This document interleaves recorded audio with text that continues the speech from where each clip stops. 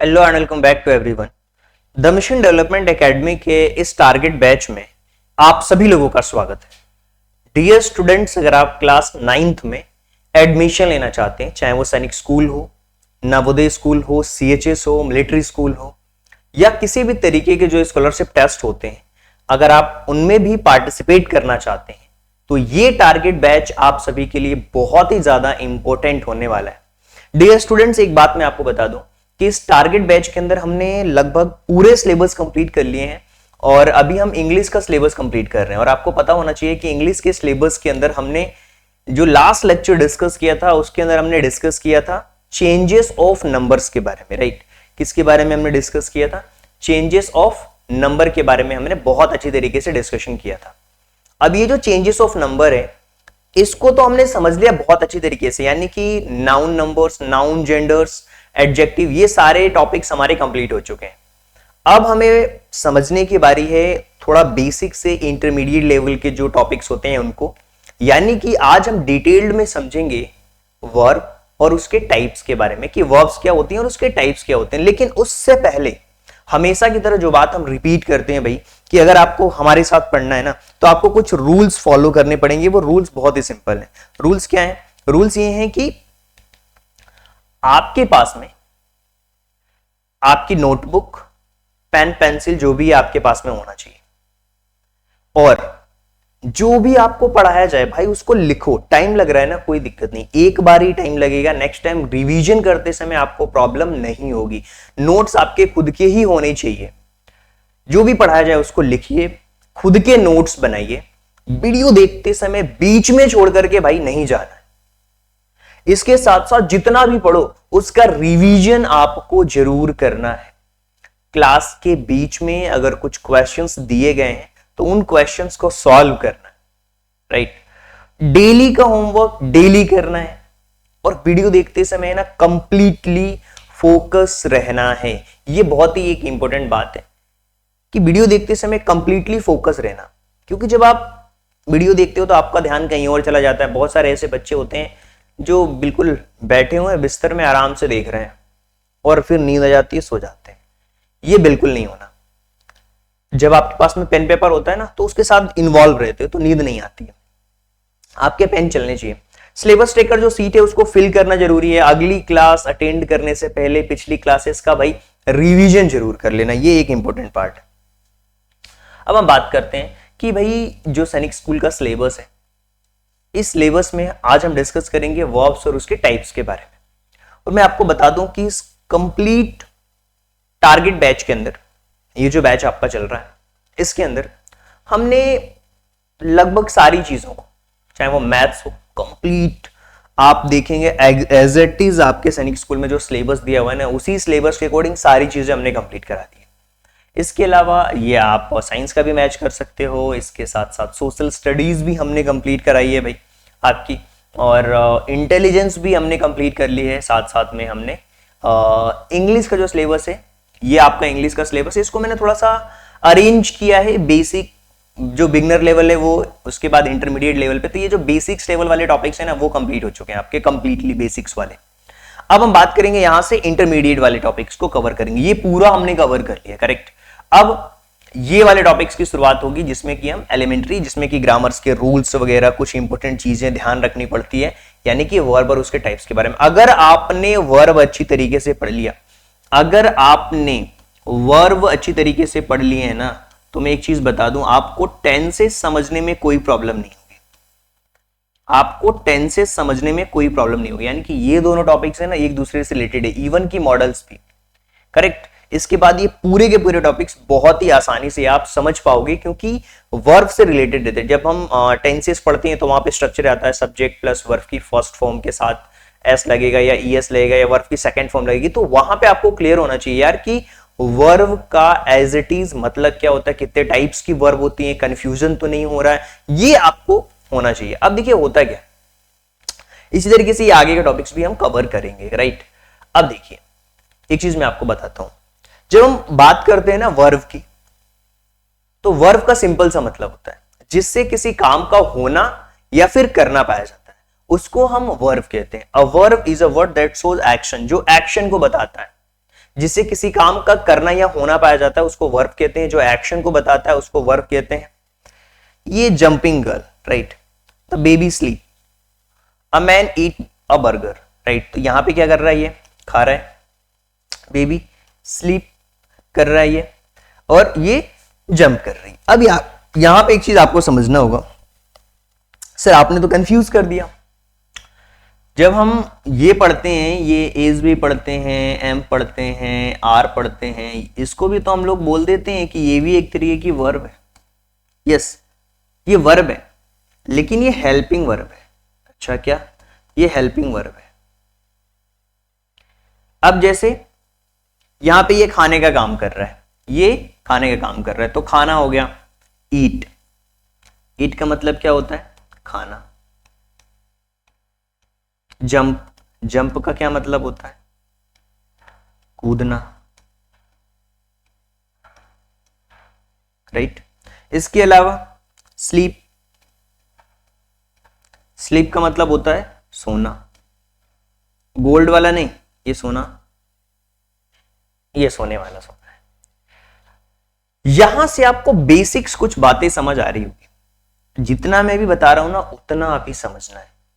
उसके बाद हर एक चीज को नोट डाउन करते हुए आगे बढ़ना है। यानी कि सर ये हमारी वर्ब है, ये भी हमारी वर्ब है, बिल्कुल। इसको भी वर्ब बोलोगे, इसको भी वर्ब कहने में आपको कोई तकलीफ नहीं होनी चाहिए। इसका मतलब ये हुआ सर कि वर्ब के टाइप्स होते हैं, जिसमें हेल्पिंग वर्ब होगी, मेन वर्ब होगा, और finite verbs, non finite verbs. ये तो टर्म्स आपने सुने होंगे। अगर नहीं सुने तो चलिए एक हम चार्ट पे चलते हैं, और बस उतना समझना है आपको, क्योंकि ये वर्ब जो है ना बहुत ही कंफ्यूजिंग टॉपिक होता है। ध्यान से आपको समझना, लेकिन आपको अगर टेंसेस समझना है ना, तो बस ये आपको समझना होगा कि ये हमारी क्या होती है? मेन वर्ब होती है। मेन वर्ब को जब हम वर्ब की भी 3 फॉर्म होती है, first form, second form, third form, right. तो इसमें क्या होता है, कुछ रेगुलर होती है, कुछ इरेगुलर होती है। इन सारी चीजों के बारे में हम डिटेल में बात करेंगे, लेकिन अभी आपको सबसे पहले समझना है कि वर्ब क्या होता है, जिससे किसी काम का करना या होना पाया जाता है, जिसमें एक्शन होता है, उसको हम वर्ब कहते हैं।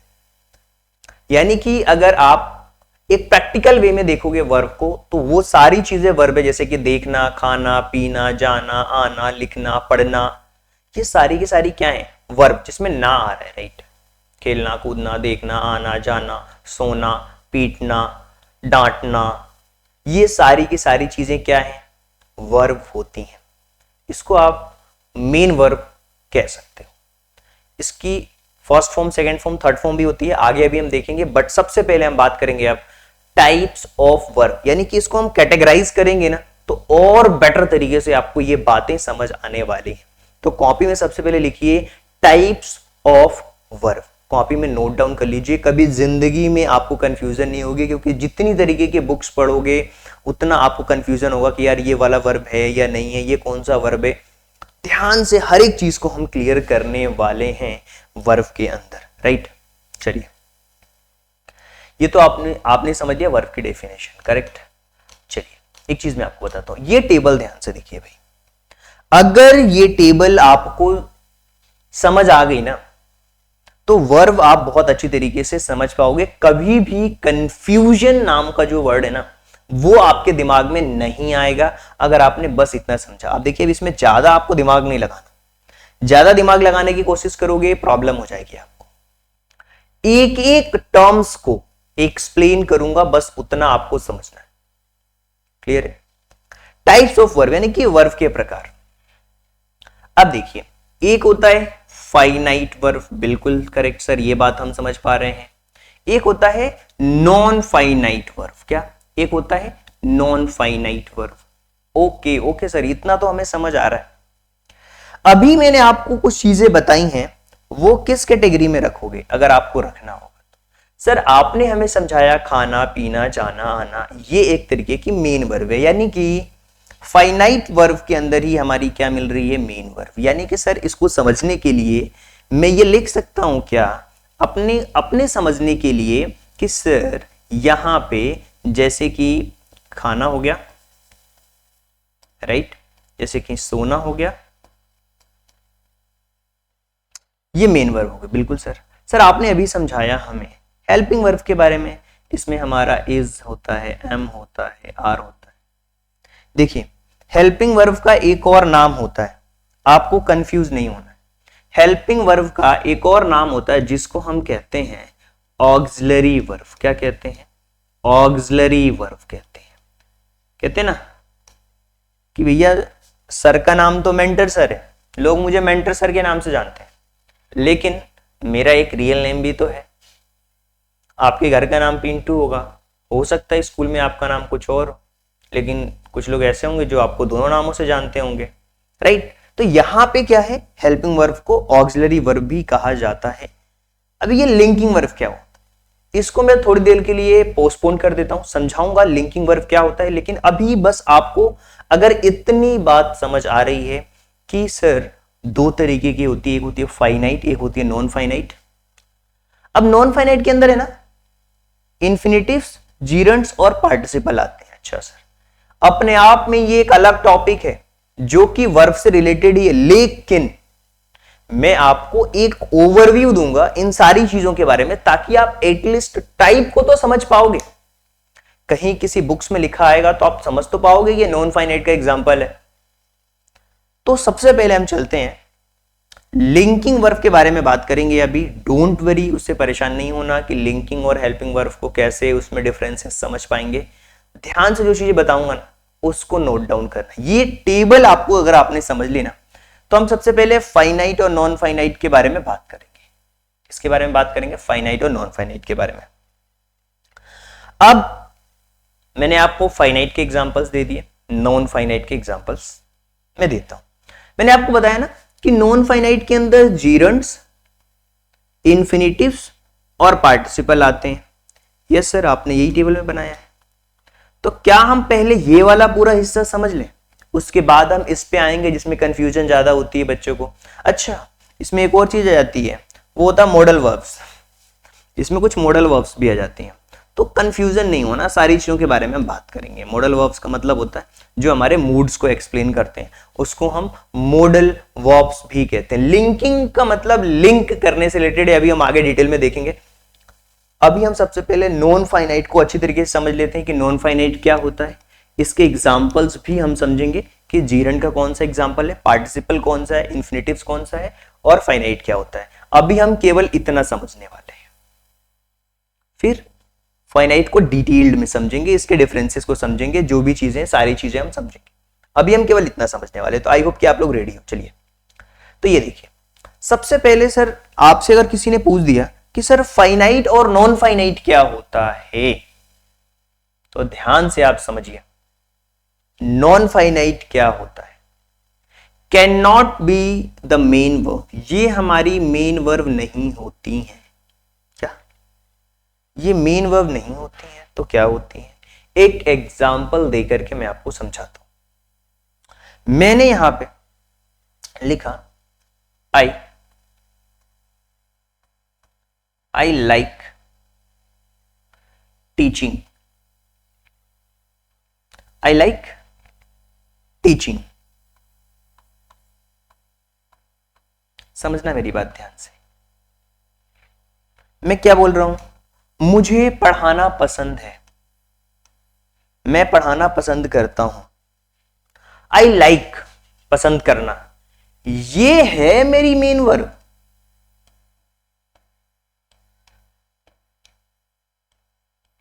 ये मेन वर्ब नहीं है टीचिंग, ये मेन वर्ब नहीं है, ये तो हमारा नॉन फाइनाइट है जिसको हम जीरंड्स कहते हैं, जिसमें आईएनजी लग जाता है।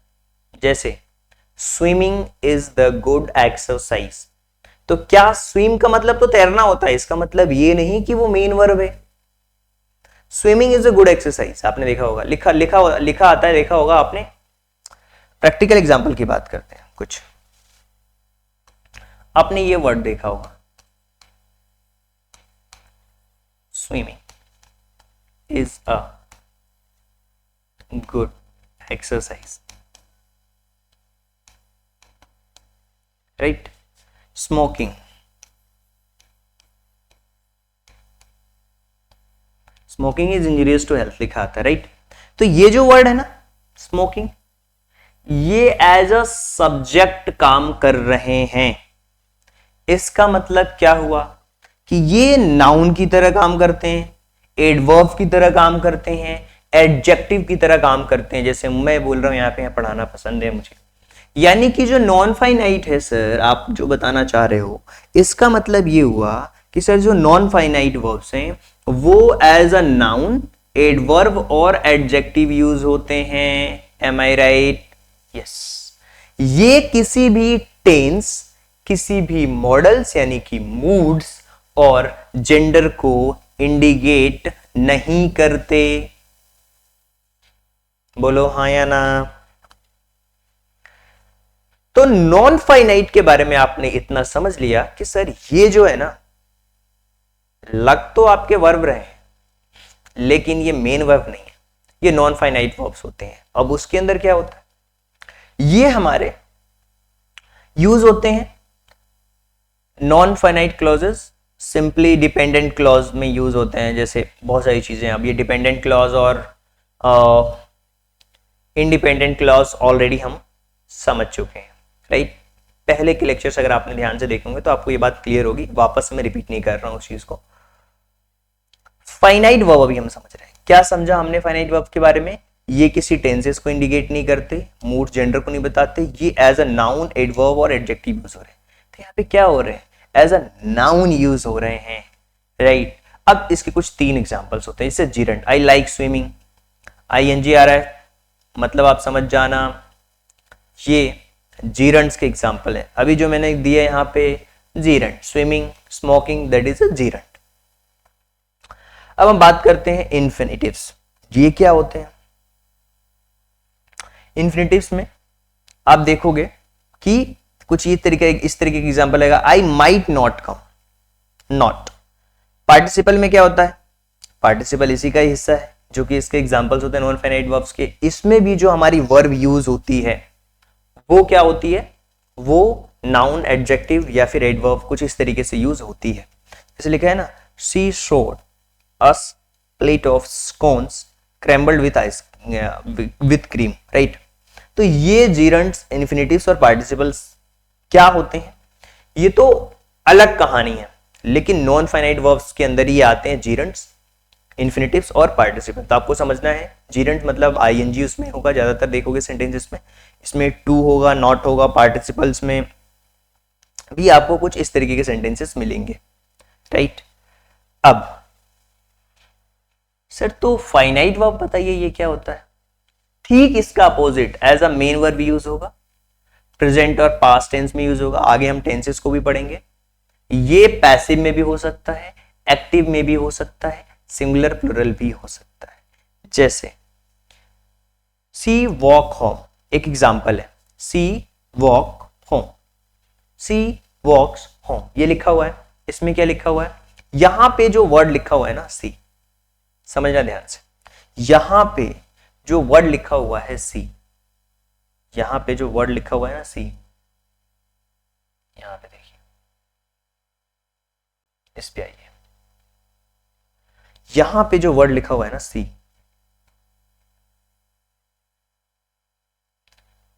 Here we see that finite verbs is walks. Walk क्या है? एक फाइनाइट वर्ब है, as a main verb treat कर रहा है, जिसमें कि वर्ब की फर्स्ट फॉर्म के साथ SES लगा, यानी कि ये सिंपल टेंस है, सिंपल प्रेजेंट सिंपल टेंस है, करेक्ट? अब यहां पे लिखा है शी वॉक्ड होम, यहां पे भी ये जो वॉक है वो चेंज हो चुका है, सेकंड फॉर्म में आ चुका है, राइट? तो ये मेन वर्ब होती है, प्रेजेंट और पास्ट टेंसेस में यूज हो। जैसे you promised me that last ticket, promised, right? तो यहां पे वर्ब आपको समझ आ चुकी होगी कि फाइनाइट वर्ब्स क्या होते हैं। फाइनाइट वर्ब्स में कुछ वर्ब के अगर आप देखोगे तो फॉर्म भी होती हैं, यानी कि सर आपने जो हमें बताया वो बात तो हमें क्लियर हो चुकी है बहुत अच्छी तरीके से। क्या सर आपने हमें ये चीजें समझा दी कि फाइनाइट वर्ब क्या होता है और नॉन फाइनाइट वर्ब क्या होता है, और आप लोगों ने कॉपी के अंदर लिख भी लिया, तो हमें कुछ बातें बिल्कुल समझ आ चुकी हैं। क्या सर, जो फाइनाइट वर्ब होता है वो एज अ मेन वर्ब की तरह काम करता है, जिसमें कि हमने अभी देखा मेन वर्ब के एग्जांपल्स कुछ। Non finite as a main verb की तरह काम नहीं करता, बल्कि ये एडवर्ब हो सकता है, नाउन हो सकता है, एडजेक्टिव हो सकता है। अगर हम कुछ चीज के एग्जांपल्स की बात करें तो इन्फिनेटिव, जीरेंड्स और पार्टिसिपल होगा। जीरेंड को एक आइडिया देता हूं, आईएनजी लगता है, और मैंने आपको बताया कि किस तरीके के सेंटेंसेस होते हैं इसके अंदर। अब हम बात करेंगे मेन वर्ब में फॉर्म्स कैसी होती हैं वर्ब की, लिंकिंग में, हेल्पिंग में क्या डिफरेंसेस होते हैं, फिर सारी चीजों को एक बार हम रिकॉल करते हुए लिखेंगे, ताकि कोई भी डाउट आपके दिमाग के अंदर ये नहीं होगा कि सर ये क्या है वो क्या है, फिर कोई डाउट नहीं रहना चाहिए आपके दिमाग। चलिए एक हेल्पिंग वर्ब और लिंकिंग वर्ब के डिफरेंसेस को समझते हैं। ये हमारे फाइनाइट वर्ब के पार्ट्स हैं, आपको पता है ये बात बहुत अच्छी तरीके से, क्योंकि अभी हमने चार्ट्स में भी देखा था।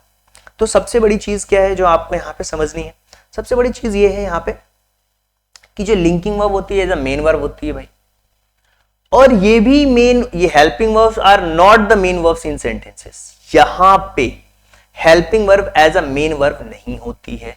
इसका क्या मतलब हुआ, इसका मतलब ये हुआ कि इसको कुछ और भी चीजों की जरूरत पड़ेगी, एज अ मेन वर्ब नहीं होगा ये हेल्पिंग वर्ब। ये helping verb is, am, are, ये सारी चीजें होती है। Helping verbs are not the main verbs in the sentence, और ये मेन वर्ब होती है सेंटेंस में।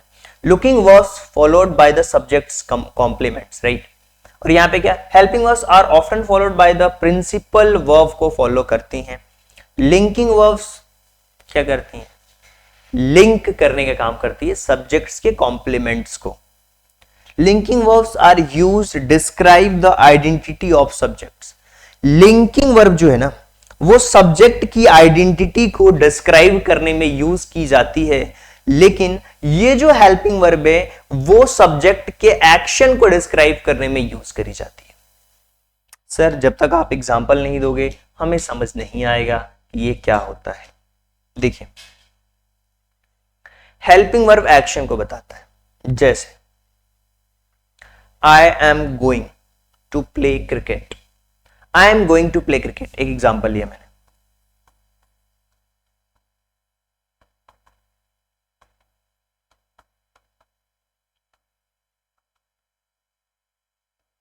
तो यहां पे एम है ना, एम के साथ क्या लगा हुआ है, गोइंग लगा हुआ, तो ये मेन वर्ब हो गई, ये आपकी हेल्पिंग वर्ब हो गई। तो हेल्पिंग वर्ब किसको बता रही है, इस सब्जेक्ट के एक्शन के बारे में बता रही है, इस सब्जेक्ट के एक्शन के बारे में बता रही है। और यहां पे क्या होगा, सब्जेक्ट की आइडेंटिटी के बारे में जब बात हो रही होगी तो वो लिंकिंग वर्ब कहते हैं।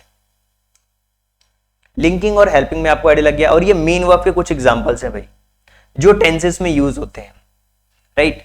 ये जो हमारे वर्ब फॉर्म्स हैं आपको दिख जाएंगे आपकी जो इंग्लिश ग्रामर की जो बुक्स होती हैं उसमें, इसको हम कहते हैं रेगुलर वर्ब। क्या होती है रेगुलर वर्ब में, क्या होता है अगर आप देखोगे तो ज्यादातर ईडी लगा होता है और first form, second form, third form complete हो जाती है। जैसे यहाँ पे देखोगे एक्सेप्ट है तो एक्सेप्टेड एक्सेप्टेड, एक्ट है तो एक्ट एक्ट, राइट। क्लोज है तो क्लोज्ड क्लोज्ड, राइट। ड्राई है तो ड्राइड ड्राइड, ईडी मोस्टली लगा रहा है। ओपन है तो ओपनड ओपनड, पैक है तो पैक पैक्ड। ये फर्स्ट फॉर्म, सेकंड फॉर्म और ये इसकी थर्ड फॉर्म होती है, जिसको पास्ट पार्टिसिपल भी कहते हैं। तो ये रेगुलर वर्ब के एग्जांपल्स हो गए। अच्छा कहीं कहीं ये भी आता है रेगुलर वर्ब क्या होती है, कहीं कहीं ये भी आता है इर्रेगुलर वर्ब क्या होती है, कहीं कहीं लिंकिंग क्या होता है, हेल्पिंग क्या होता है, मेन वर्ब क्या होती है, फाइनाइट वर्ब क्या होती है, नॉन फाइनाइट वर्ब क्या होती है। पूरे टाइप्स में पूरा ये आ जाता है, तो कंफ्यूजन नहीं होना है आपको। मैंने बता दिया रेगुलर वर्ब क्या होती है, जिसमें ईडी लग के उसके फर्स्ट फॉर्म को सेकेंड और थर्ड फॉर्म में कन्वर्ट करते हैं। ये इर्रेगुलर वर्ब है, ये इर्रेगुलर वर्ब है। ये किसके एग्जांपल्स हैं, ये हमारे इर्रेगुलर वर्ब के एग्जांपल्स दिए हुए हैं, इर्रेगुलर वर्ब के एग्जांपल्स। क्लियर है। ये देखिए यहां पे सब्जेक्ट बिल्कुल चेंज हो जाता है। जैसे गो है तो गो, वेंट, गॉन हो जाएगा, तीनों डिफरेंट, गो, वेंट, गॉन, राइट। इस तरीके से बाय तो बाय का बॉट और बॉट हो जाएगा। कम है तो कम, केम, फिर come, do, did, done, drink, drank, drunk. तो ये आपको ध्यान रखना है। तो हमने क्या समझा, मेन वर्ब समझ लिया है। अब देखो फिर से यहाँ पे वापस से चलते हैं अपनी फर्स्ट वाली स्लाइड पे, ताकि आपको कंफ्यूजन नहीं हो। हमने क्या क्या समझ लिया, हमने वो सारी बातें समझ ली लगभग। अगर आप देखोगे तो हमने सारी चीजों को समझ लिया है, वर्ब से रिलेटेड जितनी भी चीजें थी। फिर से मैं एक बार बता देता हूं ताकि कंफ्यूजन ना हो आपको, बार बार हमें रिपीट करना है, समझना है, इंपॉर्टेंट टॉपिक है ना भाई, क्योंकि ये टेंस में भी आएगा, ये टेंस में भी आएगा भाई। तो हमने क्या किया, फाइनाइट वर्ब को समझ लिया, नॉन फाइनाइट वर्ब को समझ लिया। नॉन फाइनाइट के अंदर हमने जान लिया कि नॉन फाइनाइट क्या होते हैं, एज अ मेन वर्ब काम नहीं करते, ये नाउन एडवर्ब या एडजेक्टिव की तरह काम करते हैं। नाउन एडवर्ब और एडजेक्टिव क्या होते हैं ये हम ऑलरेडी जान चुके हैं, पढ़ चुके हैं, तो हमें समझने में कोई प्रॉब्लम है नहीं। इन्फिनेटिव, जीरंड्स और पार्टिसिपल इसके अंदर आते हैं। हमने मेन वर्ब के बारे में बता दी, मेन वर्ब के आपको बता दिया कि first form, second form, third form के अंदर रेगुलर, इरेगुलर वर्ब को समझ लिया। इसके साथ साथ लिंकिंग और हेल्पिंग वर्ब में डिफरेंस हमने समझ लिया कि हेल्पिंग वर्ब जो होता है उसको एक मेन वर्ब की जरूरत पड़ती है, जिससे कि वो सब्जेक्ट क्या एक्शन ले रहा है उसके बारे में बता पाए, सब्जेक्ट उसका क्या एक्शन ले रहा है उसके बारे में बता पाता है। और लिंकिंग वर्ब क्या होती है, ये सब्जेक्ट की आइडेंटिटी को डिस्क्राइब करता है, सब्जेक्ट की आइडेंटिटी को क्या करता है, डिस्क्राइब करता है। इतनी बातें आपको समझ आ चुकी है, तो चलिए आगे चलते हैं। एक बार है ना पूरा मैं रिकॉल भी कराऊंगा आपको लास्ट में। ये हमारे ये चार्ट होगा जिसमें कि रेगुलर और इरेगुलर। देखिए कॉमन हेल्पिंग वर्ब बेसिकली है ना तीन होती है, प्रेजेंट और पास्ट में जितने भी हेल्पिंग वर्ब आती हैं उन सबको हम लिख लेते हैं। जैसे बी, तो एज एम आर आता है हमारा प्रेजेंट टेंस में, वॉज वर आता है पास्ट में, डू डज आता है प्रेजेंट में, डिड आता है पास्ट में, हैज हैव आता है प्रेजेंट में और हैड आता है पास्ट में। तो ये basically main common 3 helping verbs होती हैं जिसको हम ऑक्सिलरी वर्ब भी कहते हैं। सो कंफ्यूजन नहीं होना। अच्छा मॉडल वर्ब्स क्या होता है, मॉडल वर्ब्स जो होती है ना, अब यहां पे एक और चीज समझ लो, कहीं कहीं है ना मॉडल वर्ब्स भी दिखाता है भाई, कंफ्यूजन बिल्कुल नहीं होना। कभी कभी क्या करते हैं ना ये लोग कंफ्यूज करने के लिए बच्चों को, देखो एक तो क्या होता है, कुछ कुछ लोग ऐसे भी बता देते हैं कि मेन वर्ब होती है, फिर मॉडल वर्ब होती है, फिर उसके बाद लिंकिंग वर्ब होती है, फिर उसके बाद समझा देंगे हेल्पिंग वर्ब होती है। सारी तो मैंने आपको बता दी ना, हेल्पिंग कोई ऑक्सिलरी वर्ब भी कहते हैं, राइट। इसके अलावा मैंने आपको बता दी कि फाइनाइट भी मैंने बता दी कि क्या होती है, नॉन फाइनाइट भी बता दी मैंने क्या होती है नॉन फाइनाइट वर्ब। तो ये सारी चीजें मैं आपको एक्सप्लेन करते हुए चल रहा हूं, तो आपको पता होना चाहिए भाई ये क्या होता है, करेक्ट। तो ये मॉडल वर्ब में क्या होता है, मॉडल वर्ब में जैसे आपका कैन आ जाता है ना, कुड आ जाता है, मे आ जाता है, माइट आ जाता है, शुड आता है, वुड आता है, राइट। ये सारी चीजें क्या होती हैं हमारी मॉडल वर्ब्स, जो किसको बताती हैं, हमारे मूड्स को बताती हैं, जो हमारे किसको बताती हैं, मूड्स को बताती हैं भाई। तो ये आपको क्लियर होना चाहिए बिल्कुल। चलिए कुछ एक्स्ट्रा ज्ञान ले लेते हैं, कुछ एक्स्ट्रा भी समझते हैं। सर ट्रांजिटिव और इंट्रांजिटिव वर्ड भी हमने बहुत सुने, सकर्मक क्रिया, अकर्मक क्रिया। ये ट्रांजिटिव और इंट्रांजिटिव का क्या लोचा है सर, इसको भी बता दो। तो इसको भी समझ लो कि ट्रांजिटिव और इंट्रांजिटिव क्या होता है। ट्रांजिटिव वर्ब्स को एक ऑब्जेक्ट की जरूरत पड़ती है, लेकिन जो इंट्रांजिटिव वर्ब होता है उसमें किसी भी ऑब्जेक्ट की जरूरत नहीं होती, can not have an object. जैसे मैंने बोला आपको कि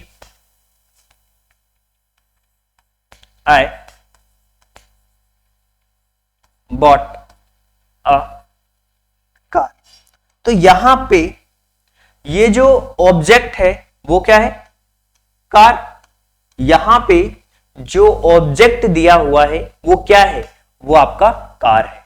लेकिन जो वर्ब है जिसको ट्रांजिटिव वर्ब अगर आप कहना चाहोगे तो ये हमारा बॉट क्या होगा, ट्रांजिटिव वर्ब्स का एग्जांपल होगा, क्योंकि ट्रांजिटिव वर्ब्स को एक ऑब्जेक्ट की जरूरत होती है। और यहां पे अगर आप देखोगे तो बेबी स्माइल्ड, ये इंट्रांजिटिव वर्ब है, कोई भी ऑब्जेक्ट की जरूरत नहीं है। यहां पे देखो intransitive, you can not have an object after intransitive verbs in the case of smile, you can not smile something. Another example देखिए, वी वेटेड बट नोबडी कम। तो वी वेटेड, यहां पे एक सब्जेक्ट बिल्कुल सेंटेंस बिल्कुल कंप्लीट है, nobody came, केम के बाद में कुछ नहीं दिया हुआ है, but I stopped the car object की डायरेक्ट ऑब्जेक्ट की जरूरत पड़ी यहां पे। He runs a small grocery store, right. तो रन क्या है, एक तरीके से आप देख पा रहे हो ऑब्जेक्ट की जिसमें रिक्वायरमेंट होती है उसको हम ट्रांजिटिव, जिसमें ऑब्जेक्ट नहीं होता है उसको हम इंट्रांजिटिव वर्ब्स कहते हैं। चलिए आगे चलते हैं। अब एक सबसे बड़ा क्वेश्चन आता है कि सर जो हमारे लिंकिंग वर्ब्स होते हैं, जिसको अभी हमने पढ़ा कि ये क्या करते हैं, लिंक करने का काम करते हैं। लिंकिंग वर्ब और हेल्पिंग वर्ब में डिफरेंस मैंने आपको बताया था। तो लिंकिंग वर्ब क्या होता है? Linking verb is a verb used to represent a subject by connecting the predicates. अच्छा, ये क्या करता है? कनेक्ट करने का काम करता है। बहुत ही सिंपल समझो, चाहे वो एडजेक्टिव हो या फिर कभी कभी सब्जेक्ट और ऑब्जेक्ट के बीच की लिंक को भी कनेक्ट करता है। अब लिंकिंग वर्ब से कुछ एग्जांपल्स, जैसे कि आप ये समझ लो, हमारे 5 सेंसेस होते हैं। 5 सेंसेस होते हैं, फील करना, स्मेल करना, टच करना, हियर, लुक देखना, टेस्ट करना। ये हम जो हमारे 5 सेंसेस है जिसमें यूज होते हैं, वो लिंक करने का काम करते हैं। जैसे यहां पे देखिए, इसके कुछ एग्जांपल्स देखिए। This student sounds crazy, right. तो यहां पे क्या है? This student sound crazy among the whole class. तो ये जो क्रेजी वर्ड है ना, ये क्या है? लिंक कर रहा है। ऐसे ही यहां पे देखिए, ही वॉज वॉकिंग, लिंक कर रहा है किसको? इस सब्जेक्ट को लिंक कर रहा है। सब्जेक्ट को भी लिंक करता है। कहां पे वो काम कर रहा है भैया? वो हॉस्पिटल में काम कर रहा है। यानी कि ऐसी वर्ब जो सब्जेक्ट या ऑब्जेक्ट को लिंक करता है, किसका काम करेगा? वो लिंक करने का काम करेगा, राइट। जैसे यहां लिखा है द परफ्यूम स्मेल्स, तो यहां पे जो स्मेल वर्ड है वो क्या है? लिंक कर रहा है। किसको लिंक कर रहा है? इस परफ्यूम को। सो अट्रैक्टिव, बहुत अट्रैक्टिव है। इसी तरीके से लिंकिंग वर्ब के एग्जांपल मैंने आपको बता दिए, जिसमें 5 सेंसेस और जो रिप्रेजेंट करता है subject by connecting the predicates. Adjective के साथ हो सकता है वो, या फिर कभी कभी वो उस सेंटेंस के जो सब्जेक्ट्स और ऑब्जेक्ट्स हैं उनको भी कनेक्ट करने का काम करता है। तो लिंकिंग का सीधा आप समझ जाओ कि हमारे 5 सेंसेस जिसमें इन्वॉल्व होते हैं, वो उस टाइप के सेंटेंसेस को देख करके आप अलग ही समझ जाओगे कि लिंकिंग वर्ब क्या होते हैं। क्लियर है? अब मैंने आपको मॉडल वर्ब्स भी बता दिया। चलिए एक बार है ना, हम सारी चीजों को रिकॉल कर लेते हैं। जो भी चीजें हमने पढ़ी है, कंफ्यूजन वाला टॉपिक है ये वर्ब, एक बार हम इसको रिकॉल करेंगे और बहुत अच्छी तरीके से रिकॉल करेंगे। मैंने सबसे पहले आपको एक टेबल बताई थी, उस टेबल के अंदर सबसे पहले मैंने आपको समझाया था वर्ब क्या होते हैं, और उसी वर्ब के अंदर मैंने आपको बताया था सबसे पहले फाइनाइट वर्ब्स और नॉन फाइनाइट वर्ब्स, राइट। तो फाइनाइट वर्ब्स के अंदर मैंने आपको बताए थे कि फाइनाइट वर्ब्स के अंदर आप लिख सकते हो अपने main verb, helping verb, linking verb, और हेल्पिंग वर्ब को ऑक्सिलरी वर्ब भी कहा जाता है। और इसी फाइनाइट वर्ब्स के अंदर आपकी हेल्पिंग वर्ब्स, मॉडल वर्ब्स सारी आ जाती हैं। लेकिन जब हम नॉन फाइनाइट वर्ब्स की बात करते हैं तो मैंने उसके बारे में भी समझाया आपको। इसके अंदर आपका जीरेंड होगा, ये एक अपने आप में अलग टॉपिक है, तो इसको अभी डिस्कस नहीं कर रहे, हम केवल टाइप्स ऑफ वर्ब को डिटेल्ड में पढ़ रहे हैं। जीरेंड होगा और इसके अलावा इन्फिनिटिव्स होगा, और इसके साथ साथ हमने देखा था कि जो हमारे इन्फिनिटिव्स में इन्फिनिटिव्स होगा, जीरेंड्स होगा, और एक और उसके अंदर था, अभी मैं आपको बता देता हूं। यहाँ पे देखिए फर्स्ट स्लाइड पे आ जाते हैं, हमने देखा, अभी आपको रिकॉल करा देते हैं। ये देखिए जीरेंड, सॉरी पार्टिसिपल, राइट। इन्फिनिटिव्स, जीरेंड्स और पार्टिसिपल नॉन फाइनाइट के एग्जांपल्स हैं। फाइनाइट के एग्जांपल्स मेन वर्ब, लिंकिंग और हेल्पिंग वर्ब, राइट। अब हम बात कर लेते हैं ना जो इंपॉर्टेंट चीजें हैं उसके बारे में, कि क्या समझा आपने भाई। नोट डाउन करते रहना साथ में, नोट डाउन नहीं करोगे ना बहुत कंफ्यूजन होगी, आप कंफ्यूज हो जाओगे कि कौन सी चीजें क्या होती हैं। फिर से एक बार रिकॉल करा देता हूं मैं, आपको। एक्शन वर्ब क्या होती हैं? जिसमें एक्शन होता है सर, जिसमें कि first form, second form, third form. Action verb को भी हमने 2 कैटेगरी में डिवाइड किया, एक रेगुलर, इर्रेगुलर वर्ब्स, जिसके चार्ट्स भी मैंने आपको बताए थे, right. Action verb are the verb that shows the something, जिससे किसी काम का करना या होना पाया जाता है, वो एक्शन वर्ब है। क्लियर है? चलिए अब हम बात करते हैं लिंकिंग वर्ब। लिंकिंग वर्ब क्या करती है? लिंक करने का काम करती है। जैसे यहाँ पे द केक इज डिलीशियस, तो ये डिलीशियस क्या है? केक है। सब्जेक्ट ऑब्जेक्ट को यहां पे क्या कर सकता है? लिंक कर सकता है, या फिर एडजेक्टिव को भी वो लिंक कर सकता है। तो लिंकिंग वर्ब के बारे में आपको क्लियर हो गया। अच्छा हेल्पिंग वर्ब क्या होती है? हेल्पिंग वर्ब बहुत सिंपल है, इसको ऑक्सिलरी वर्ब भी कहते हैं, जैसे कि is, am, are was, were, did, do, ये सारे जो हमारे टेंसेस में यूज होते हैं प्रेजेंट और पास्ट में, that is a helping verb. चलिए मॉडल वर्ब्स क्या होते हैं? जो हमारे मूड्स को रिप्रेजेंट करते हैं उसको हम मॉडल वर्ब कहते हैं। Can, could, may, might, must, should, would, ये हमारे मॉडल वर्ब्स हो गए। इसके अलावा हम ट्रांजिटिव और इंट्रांजिटिव, सर आपने सिखाया हमें कि जो ट्रांजिटिव वर्ब है उसमें हमें एक ऑब्जेक्ट की जरूरत होती है, लेकिन इंट्रांजिटिव वर्ब में हमें कोई भी ऑब्जेक्ट की जरूरत नहीं होती है। तो ये आपको क्लियर होना चाहिए। चलिए आगे चलते हैं। अब हम क्वेश्चंस करेंगे भाई। टाइप्स जो है ना इंपोर्टेंट वो हमने पढ़ लिए हैं, रेगुलर इरेगुलर हमने जान लिया। इसके अलावा कुछ मैंने जो इंपॉर्टेंट चीजें थी उसको बता दिया, राइट। कंफ्यूजन इन सब में नहीं होना चाहिए, और उसको मैंने क्लासिफाइड करके स्टार्टिंग में ही बता दिया था, और ये भी बता दिया था कि वर्ब क्या होता है। तो कॉपी में नोट डाउन करना बहुत जरूरी है, फटाफट हम क्वेश्चंस करने वाले हैं।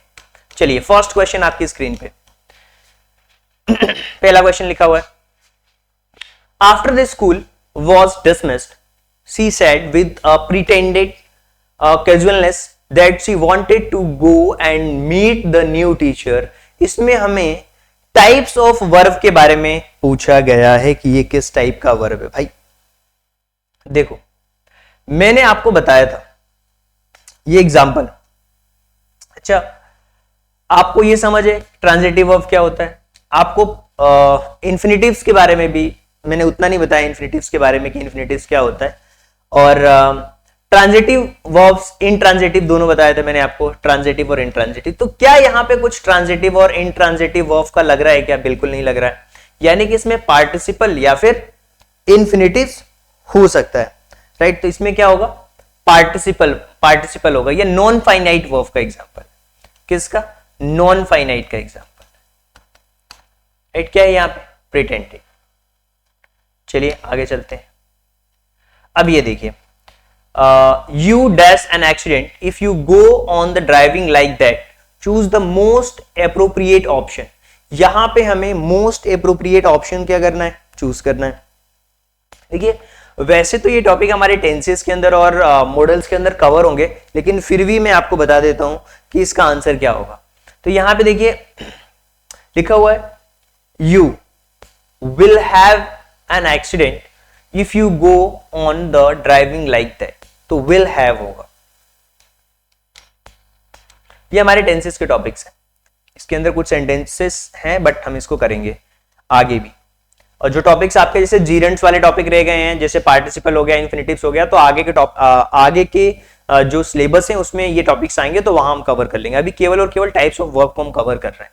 तो यहां बताइए कि क्या होगा। ये भी हमारा एक डिफरेंट क्वेश्चन है जिसमें कि लिखा हुआ weather forecast are not very reliable nor should be not out to be. ये भी एक डिफरेंट क्वेश्चन है जो कि इस टॉपिक से रिलेटेड नहीं है, तो इसको हम अभी स्किप कर देते हैं। हाँ ये देखिए, ये एक इसका टॉपिक है। इसमें क्या होगा? The candidate must do the general condition for the admission, या फिर मस्ट के साथ क्या होगा? सेटिस्फाई। क्या होगा? Must satisfy the general conditions for admissions, right. तो ये होगा हमारा ऑप्शन नंबर सी। चलिए यहां पे लिखा हुआ है the coach insisted that Ronaldo dash the centre position even though he is too short for that position, use the correct verb। यहां पे करेक्ट वर्ब यूज करनी है, तो क्या होगा आपको ये बताना है। इसमें करेक्ट वर्ब क्या होगा? देखिए यहां पे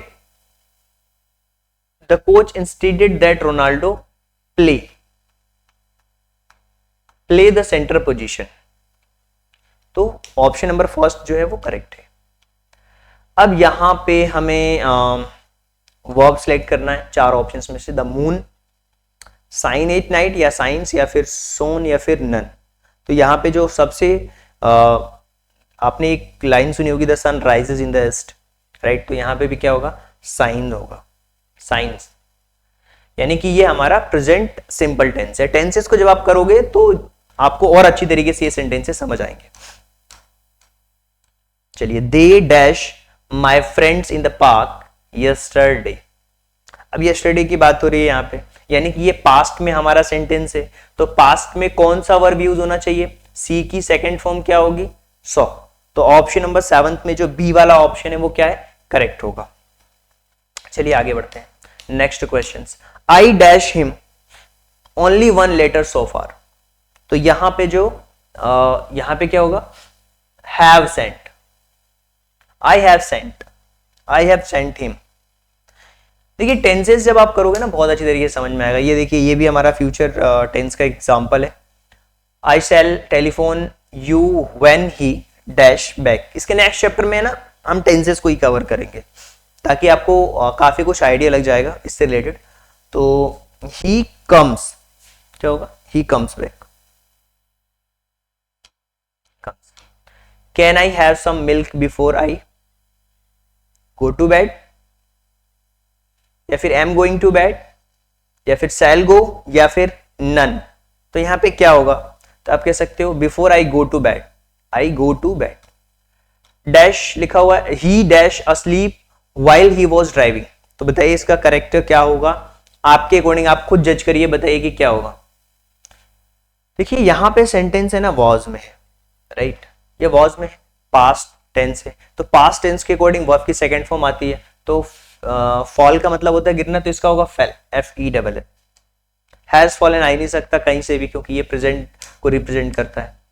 अब I am sure, I example, ये देखिए ये वाला सेंटेंस देखिए, और इसमें I him at the party last night. Last night की बात हो रही है, यानी कि यहां भी वर्ब की सेकेंड फॉर्म ही आएगी। लास्ट नाइट की बात हो रही है तो वर्ब की कौन सी फॉर्म आएगी, सेकेंड फॉर्म ही आएगी, तो आई सॉ आएगा यहां पे।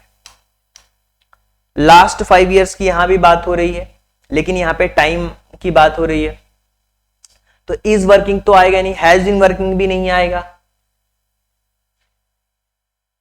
थर्ड नहीं, इसमें देखिए यहां पे इज वर्किंग तो आएगा नहीं, यहां पे हम लास्ट 5 years की बात कर रहे हैं, for the last 5 years।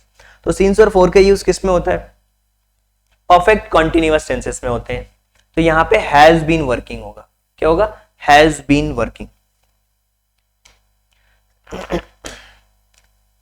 I thank me, he thank me for what I had done, यानी मैं क्या कर चुका था। तो B, I dash him for a long time. So what will be the correct for this question, तो यहां पे हैव नोन आएगा, क्या होगा, हैव नोन। क्यों, क्योंकि जब भी हम यहाँ पे हैव का, जैसे लॉन्ग टाइम के बारे में बात हो रही है, तो यहाँ पे हैव आएगा, और हैव के साथ वर्ब की कौन सी फॉर्म आती है, वर्ब की थर्ड फॉर्म आती है, तो that's why have known, correct. ये जितने भी सेंटेंसेस है ना, सब टेंसेस में भी आपको समझ में आएंगे और बेटर तरीके से। वी लिखा हुआ है डैश इंग्लिश फॉर 5 years, तो वी हैव बीन स्टडिंग, क्या होगा, हैव बीन स्टडिंग। ये भी सिंपल द सेंटेंस आपका। Abdul dash to be a doctor, Abdul dash to be a doctor. Abdul है ना डॉक्टर बनना चाहता है, तो wants to be a doctor. If you at once you will arrive by 6 o'clock, तो you, if you start at once, ही के बाद यहां पे क्या होगा, 5 minutes अगो की बात हो रही है, तो यहां पे वेंट होगा, he went out, past simple tense. When he lived in Agra, he used to dash to cinema once a week. When he lived in Agra. तो यहाँ पे past tense की बात हो रही है, तो he used to go, used to go, that will be the right answer, yes. The baby is crying all morning, या has been crying, या फिर cries। तो यहाँ पे जो मोस्ट एप्रोप्रिएट आंसर होगा वो होगा has been crying all morning, has been crying all morning. I dash Kamna this week,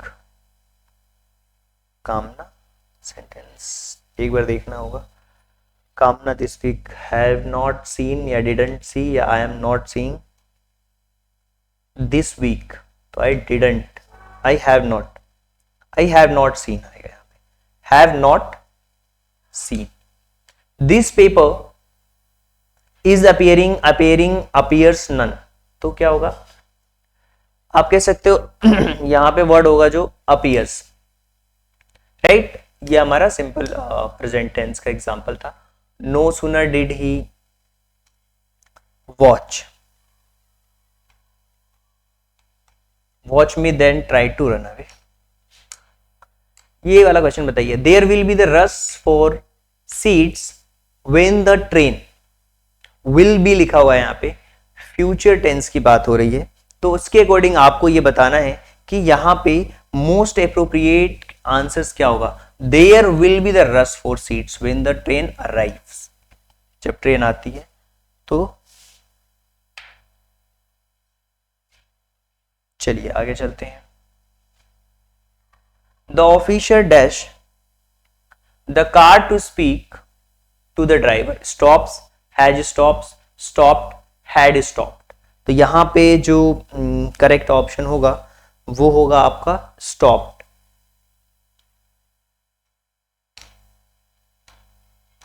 we should aim at dash other, तो pleasing, I think you will not mind, I coming in, mind coming in, my या me, so यहां पे होगा my. He is confident of secure first prize या secure security securing, तो securing होगा। He was confident of securing first prize. It is a holiday, we went on picnic, यहाँ पे fill in the blanks, it dash holiday है ना, यहां पे है fill in the blanks, it dash holiday, it के बाद है डैश फिर अ हॉलीडे, राइट। तो क्या होगा यहाँ पे होगा बीइंग।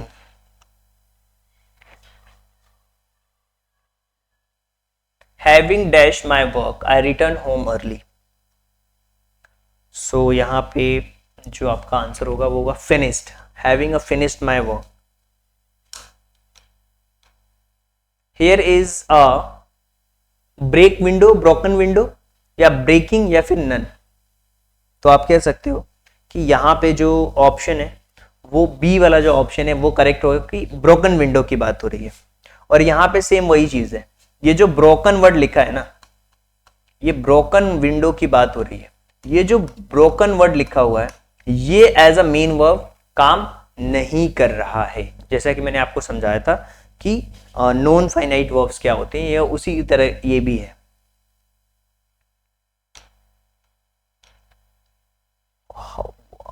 इज अ, ये बर्ड का नाम लिखा है, इज अ हंटिंग वर्ड्स।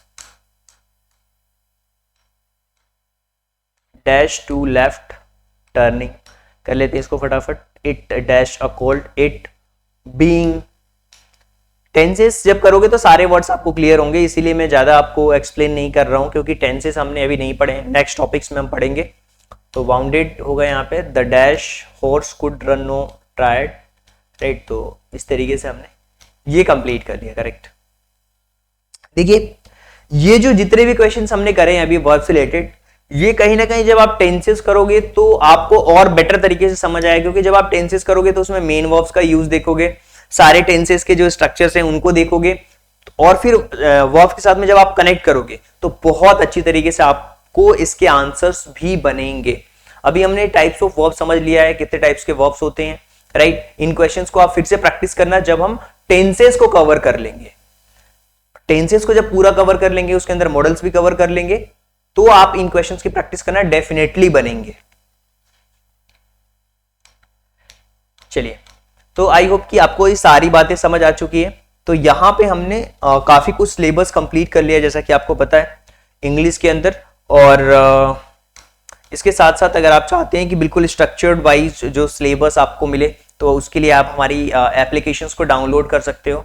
और इसके साथ साथ जो अपकमिंग जो बैचेस है उनमें भी आप इनरोल कर सकते हो। इसके लिए आपको ये एप्लीकेशन डाउनलोड करनी होगी, TMD एकेडमी। जैसे आप डाउनलोड करोगे तो आप सारे कोर्सेज को भी अवेल कर सकते हो।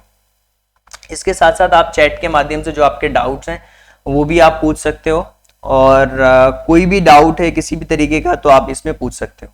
इसके साथ साथ आप मेंटरशिप प्रोग्राम्स को भी ज्वाइन कर सकते हो, ये सभी के लिए। अगर आप हमारे मेंटरशिप प्रोग्राम्स को ज्वाइन करते हो तो आपको कोई भी कोर्स लेने की जरूरत नहीं होती है। मेंटरशिप प्रोग्राम्स में सारी चीजें आपको मिल जाती हैं, साथ साथ आपको ट्रैकिंग शीट भी मिल जाती है, और ये मेंटोरशिप प्रोग्राम है वो सभी के लिए है। 1-to-1 मेंटोरशिप होती है, चाहे वो नवोदय हो, बोर्ड एग्जाम्स भी इसमें कवर्ड है आपका। मिलिट्री और सैनिक स्कूल के लिए भी हम मेंटोरिंग करते हैं। लिमिटेड सीट बची हुई है तो आप जल्दी से इनरोल कर सकते हैं। और सिलेबस का एनालिसिस कराते हैं, वीकली टेस्ट आपका होगा, साथ ही साथ जो भी डाउट क्लियर, कैसे आप खुद से डाउट क्लियर कर सकते हो इसके बारे में बताया जाता है। और आपके टास्क प्लान बिल्कुल दिए जाते हैं, साथ में ट्रैकिंग सीट ऑफलाइन भी आपको मिलती है, डे वाइज ट्रैकिंग होती है और वीकली रैंकिंग की पोजीशन भी डिसाइड होती है। सो तो आई होप कि आपको सारी चीजें समझ आती है। अगर आप हमारे इस प्राइवेट ग्रुप मेंबर का पार्ट बनना चाहते हैं तो मेंटरशिप प्रोग्राम्स को भी ज्वाइन कर सकते हो। So thank you so much and thanks for giving your precious time. God bless you, thank you so much.